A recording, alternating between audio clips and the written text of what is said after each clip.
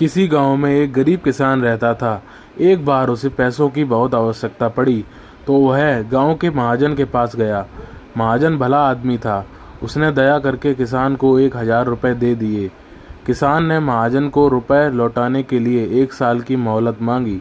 महाजन ने किसान की बात मान ली, किंतु 1 साल बीत जाने के बाद भी किसान महाजन के पैसे लौटाने नहीं सका। उसकी फसल अच्छी नहीं हुई थी।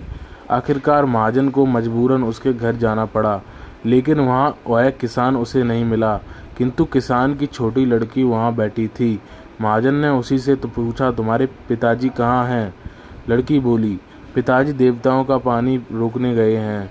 महाजन को कुछ समझ नहीं आया। उसने फिर पूछा, तुम्हारा भाई कहाँ है? लड़की बोली, भैया बिना झगड़े के झगड़ा करने गए हैं। महाजन की समझ में एक भी बात नहीं आ रही थी, इसलिए आगे पूछा, तुम्हारी माँ कहाँ है? लड़की बोली, माँ एक के दो करने गई हैं। महाजन लड़की के ऊल जलूल जवाबों से खींच गया। उससे थोड़ा गुस्से से आकर पूछा, और तुम यहाँ बैठी क्या कर रही हो? लड़की हंसकर बोली, मैं घर बैठी संसार देख रही हूँ।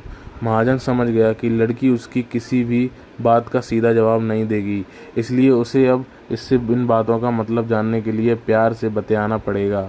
महाजन ने चेहरे पर प्यार से मुस्कुराकर लाकर पूछा, बेटी तुमने जो अभी अभी मेरे सवालों के जवाब दिए उनका मतलब क्या है?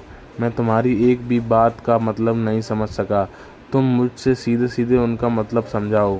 लड़की ने भी मुस्कुराकर पूछा, अगर मैं सभी बातों का मतलब समझा दूं तो आप मुझे क्या देंगे?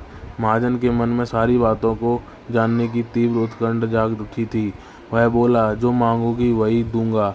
तब लड़की बोली, आप मेरे पिताजी का सारा कर्ज माफ कर देंगे, सारी बातों का अर्थ बता दूंगी।